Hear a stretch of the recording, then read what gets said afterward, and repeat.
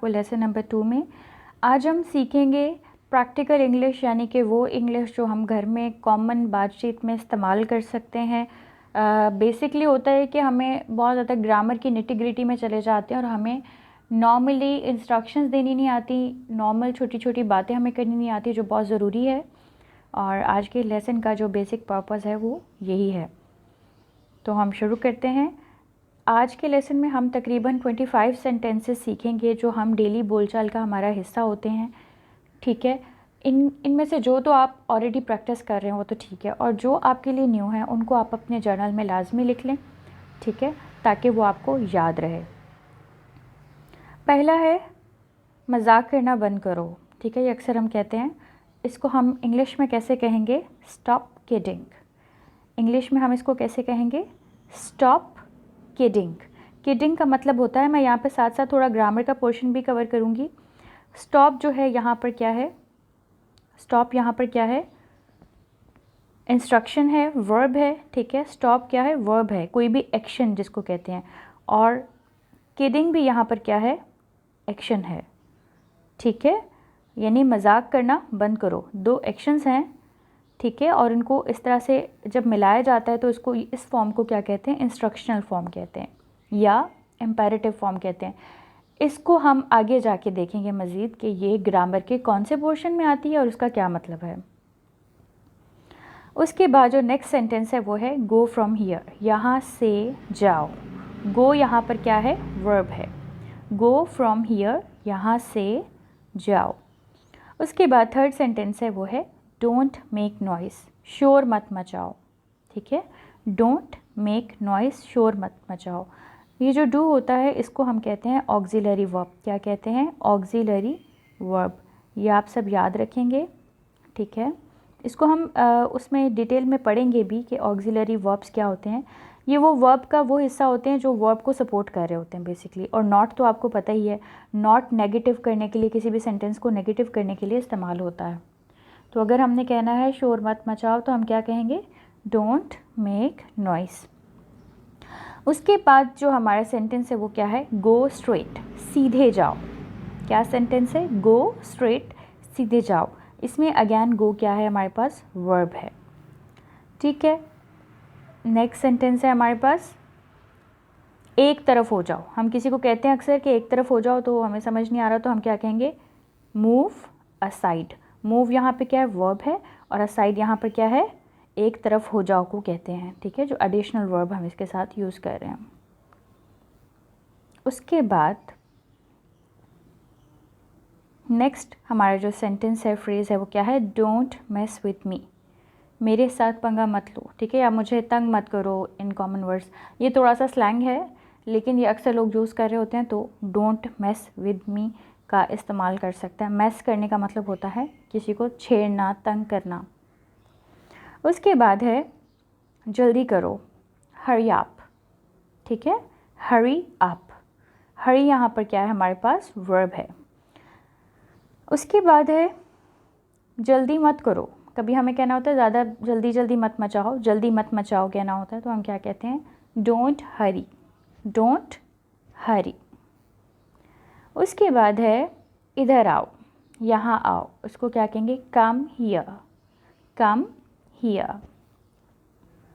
यहाँ बैठो, यहाँ बैठो को कैसे हम कहेंगे? सिट हियर, ठीक है। उसके बाद है मेरे साथ बैठो, सिट विद मी। मेरे साथ बैठो को आप कैसे एक्सप्लेन करेंगे? Sit with me.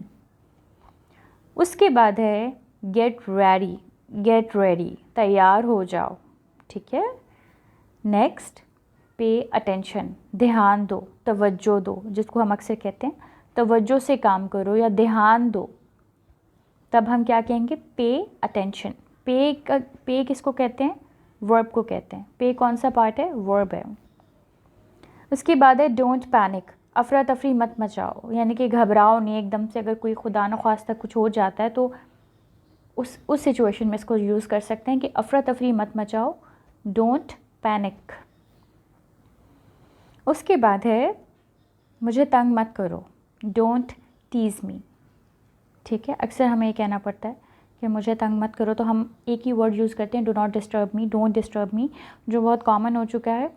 तो हम इसको क्या कहेंगे, डोंट टीज़ मी, ठीक है, मुझे तंग मत करो। उसके बाद है मुझे गुमराह मत करो, डोंट मिसलीड मी। समटाइम्स ऐसा होता है कि कोई हमें मिसगाइड करने की कोशिश कर रहा होता है और हम समझ जाते हैं, तो हम उसको ऐसे कह सकते हैं, डोंट मिसलीड मी। यानी लीड करना होता है रास्ता दिखाना और मिसलीड होता है रास्ते से हटाना। तो हम क्या कहेंगे, डोंट मिसलीड मी।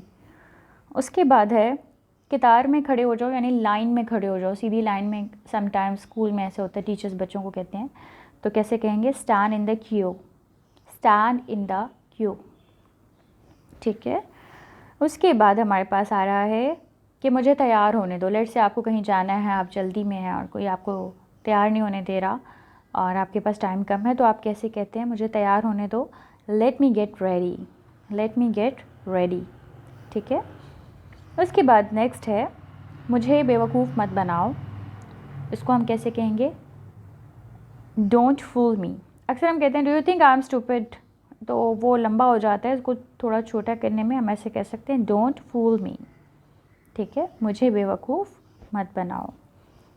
उसके बाद हमें कहना होता है अगर किसी को कि खामोश रहें, खामोशी इख्तियार करें, तो हम क्या कहेंगे, कीप साइलेंस। कीप क्वाइट भी कह सकते हैं, जो बहुत कॉमन है, लेकिन कीप साइलेंस भी एक अच्छा वर्ड है, इसको भी आप यूज़ कर सकते हैं इस फ्रेज़ को।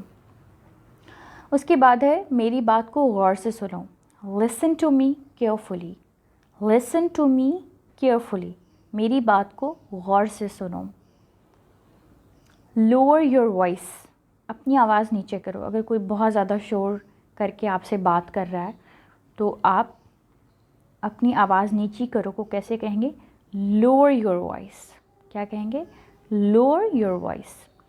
उसके बाद नेक्स्ट सेंटेंस है अपना वक्त ज़ाया मत करो। ज़्यादातर वालिदैन अपने बच्चों को कहते हैं या अपने बहन भाइयों को, दूसरे बड़े बहन भाई कहते हैं कि अपना वक्त ज़ाया मत करो, तो कैसे कहेंगे, don't waste your time, don't waste your time. तमीज़ से बात करो। अक्सर कोई बदतमीज़ी से बात कर रहा है तो हम उसको कैसे कहेंगे, mind your language, mind your language. उसके बाद है कि अगर कोई बहुत ज़्यादा ब्रैग कर रहा है आपके सामने, लाइक शो ऑफ कर रहा है चीज़ों को, कि लाइक मेरे पास तो ये भी है, मेरे पास तो व्हाटएवर, किसी भी सेंस में कोई कर रहा है, तो आप क्या कर सकते हैं, आप कहेंगे डोंट ब्रैग। आप क्या कहेंगे, डोंट ब्रैग। इसका मतलब होता है शेखी मत बिगाड़ो।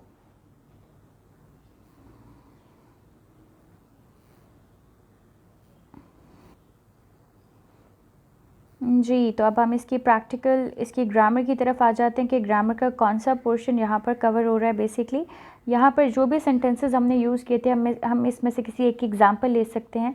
लाइक डोंट पैनिक, एक वर्ड आपने, एक फ्रेज़ आपने सीखा, डोंट पैनिक। तो बेसिकली ये जो आप नॉर्मल सेंटेंसेस सीख रहे हैं, ये सिंपली ग्रामर के किसी न किसी पोर्शन का हिस्सा है, और जिस ग्रामर के पोर्शन का हिस्सा है उसका नाम क्या है, इम्पेरेटिव सेंटेंसेस। इनको कहते हैं हुक्मिया जुमले। क्या कहते हैं, हुक्मिया जुमले, जिसमें आप किसी को कोई इंस्ट्रक्शन देते हैं उसको कहते हैं इम्पेरेटिव सेंटेंसेस। और ये कौन से टेंस में आते हैं, प्रेजेंट सिंपल टेंस में आते हैं। कौन से टेंस में आते हैं, ये प्रेजेंट सिंपल टेंस में आते हैं, ठीक है। इसकी क्या वो है, मैं आपको बता देती हूँ। इसकी फॉर्मूला क्या होता है कि ज़्यादातर अगर लेट्स से कि नेगेटिव, आज हमने ज़्यादातर नेगेटिव सेंटेंसेस की बात की, तो इसमें जो पहली चीज़ होती है वो क्या होती है, हमारे पास डोंट। लाइक इसमें हम डू का इस्तेमाल करते हैं, या तो अगर कहने के लिए डू के साथ नॉट लगता है, तो डू और नॉट को अगर मिला दें तो इसकी जो ये वाली फॉर्म है, कंप्रेस्ड फॉर्म है, इसको क्या कहते हैं, डोंट कहते हैं। इसको क्या कहते हैं, हम डोंट कहते हैं। तो हम अगर हमने किसी चीज़ से मना करना होता है तो हम इस तरह से डोंट का इस्तेमाल करते हैं, ठीक है। और उसके बाद हम क्या करते हैं, सिंपल उस वर्ड का यूज़ कर लेते हैं। जैसे डोंट, कैसे किसी को कहना है हंसो मत, तो हम क्या कहेंगे, डोंट लाफ, हंसो मत। तो ये देखें, लाफ जो है वो फर्स्ट फॉर्म है, फर्स्ट फॉर्म है वर्ब की। वर्ब किसको कहते हैं, एक्शन को कहते हैं, किसी भी काम के होने को कहते हैं वर्ब। तो ग्रामर का कौन सा पोर्शन है ये। और जो डू है वो मैंने आपको बताया था, वो कौन सा हेल्पिंग वर्ब होता है, जो वर्ब को हेल्प आउट करता है, या फिर इसको ऑक्सिलरी वर्ब भी कह सकते हैं, ठीक है। इट इज़ हेल्पिंग वर्ब और ऑक्सिलरी वर्ब। इसी तरीके से अगर मैं इसकी एग्ज़ाम्पल चेंज कर लूँ, नेक्स्ट एग्ज़ाम्पल ले आऊँ, तो उसमें जैसे है कि लिसन केयरफुली। अब जो हम नेगेटिव की बात नहीं कर रहे, लिसन केयरफुली,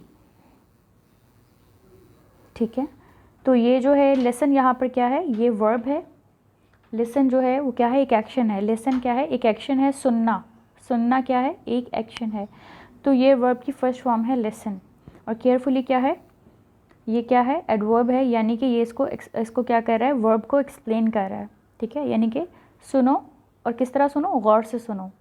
तो एडवर्ब क्या होता है, जो वर्ब को, देखिए वर्ब क्या होता है, जो एक्शन होता है, ठीक है। यानी यहाँ पे एक्शन क्या है, सुनना। और एडवर्ब क्या होता है, ADVERB। एडवर्ब क्या होता है, जो वर्ब को डिफाइन करता है, यानी कैसे सुनो, लिसन केयरफुली। तो इस तरह आज के लेसन में आपने देखा कि किस तरह से हमने प्रेजेंट इंडेफिनिट के एक पोर्शन को कवर करने की कोशिश की है, जिसको हम क्या कहते हैं, एम्पैरेटिव सेंटेंसेस।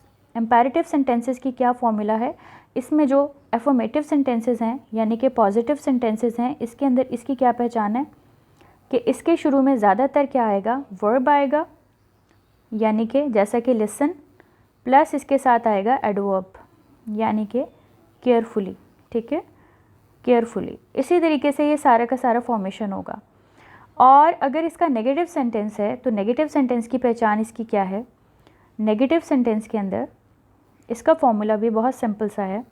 नेगेटिव का जो फॉर्मूला है वो ये आपके सामने मैं रख देती हूँ कि इसमें शुरू में डोंट आ जाएगा, सिंपल जैसा मैंने आपको समझाया था, प्लस इसके साथ वर्ब आ जाएगा, यानी कि डोंट जो मना कर रहे हैं और वर्ब जिस चीज़ से मना कर रहे हैं, जैसे डोंट ईट, मत खाओ, डोंट मेक नॉइस, शोर मत मचाओ, वगैरह वगैरह। होपफुली आपको ये आज का जो लेसन है ये अच्छे से समझ में आ गया है। आज आपने normal day to day conversation में इस्तेमाल होने वाले फ्रेजेस के बारे में, जुमलों के बारे में सीखा है, और आपने सीखा है कि ग्रामर की किस एस्पेक्ट से जो है वो बिलोंग करते हैं। इसी तरीके से आप इसको सीखते रहें। इसमें जो भी नई चीज़ थी आपके लिए, उसको आप नोट डाउन कर लें, और अगर आपका कोई भी क्वेश्चन है, कोई क्वेरी है, तो उसको आप कमेंट बॉक्स में पूछ सकते हैं, और इससे जुड़ा हुआ जो क्विज़ है वो आपको दे दिया जाएगा, आपने उसको सॉल्व करना है, ताकि आपको अंडरस्टैंडिंग आपकी जो है वो आप चेक कर सकें कि मुझे कितना समझ में आया है। अपना बहुत ख्याल रखिएगा, मिलते हैं नेक्स्ट लेसन में। अल्लाह हाफ़िज़।